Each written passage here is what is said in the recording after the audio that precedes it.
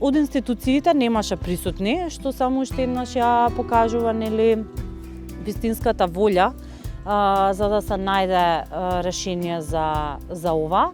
Иако е формирана работна група за изнаоѓање на системско, така наречено системско решение, таа работна група работи веќе 2 години и не е инклузивна, односно не ги вклучува сите засегнати издруженија на граѓани.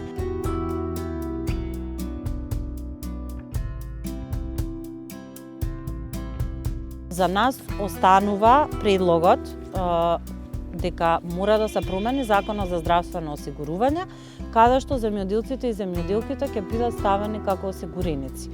И всушност од тука тие ќе можат понатаму да ги користат и не само за раѓање и мајчинство, туку и за грижа на дете понатаму.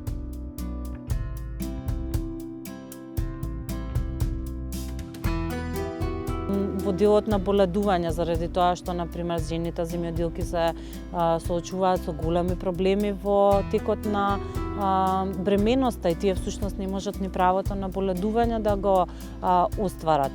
Така што има низа права кои што сега ова исклучување од законот ги ограничува. И за нас всушност ова е најлесно. Значи треба само да се додадат во еден член од закон. Меѓутоа, очигледно е отсуството на волја кај претениците и кај претенички.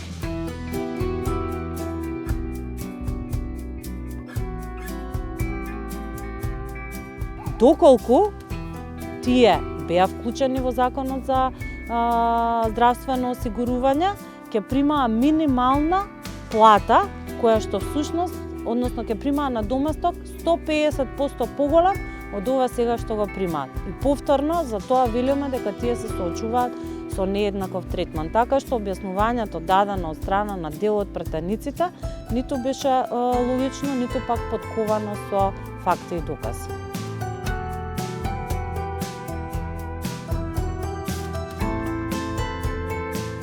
Јас мислам дека се работи за буџетските импликации.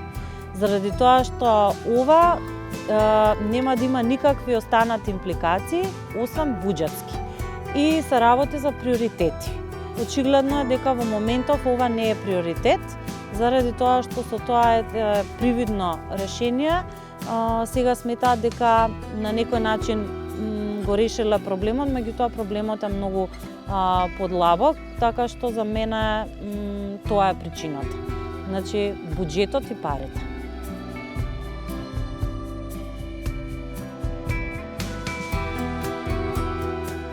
Една мерка која што наводно треба краткорочно да го реши овој проблем, односно до изнаоѓање системско решение, која што ние сметаме дека е дискриминаторска, заради тоа што најпрво е мерка која што е вклучена во програмата за земјоделство и таа секоја година треба да се носи, значи воопшто не е да речеме системско решение. Потоа она што се предлага е на доместок од 9000 денари со услови кои што воопшто не ни знаеме како биле поставени, заради тоа што исклучуваат голем број на жени и воопшто не се ни во согласност со Законот за работните односи.